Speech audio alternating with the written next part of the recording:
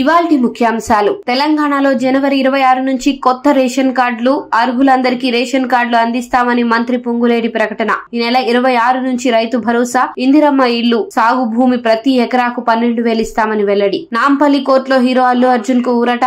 ప్రతి ఆదివారం హాజరు కావాలన్న నిబంధనను మినహాయించిన కోర్టు. భద్రతా కారణాల దృష్ట్యా మినహాయింపు కోరిన అల్లు అర్జున్. మరోవైపు అల్లు అర్జున్ కు విదేశాలకు వెళ్లేందుకు అనుమతించిన నాంపల్లి కోర్టు. జేసీ ప్రభాకర్ రెడ్డి మాస్ వార్నింగ్. యాడికి వాసులకు వార్నింగ్ ఇస్తూ వీడియో విడుదల.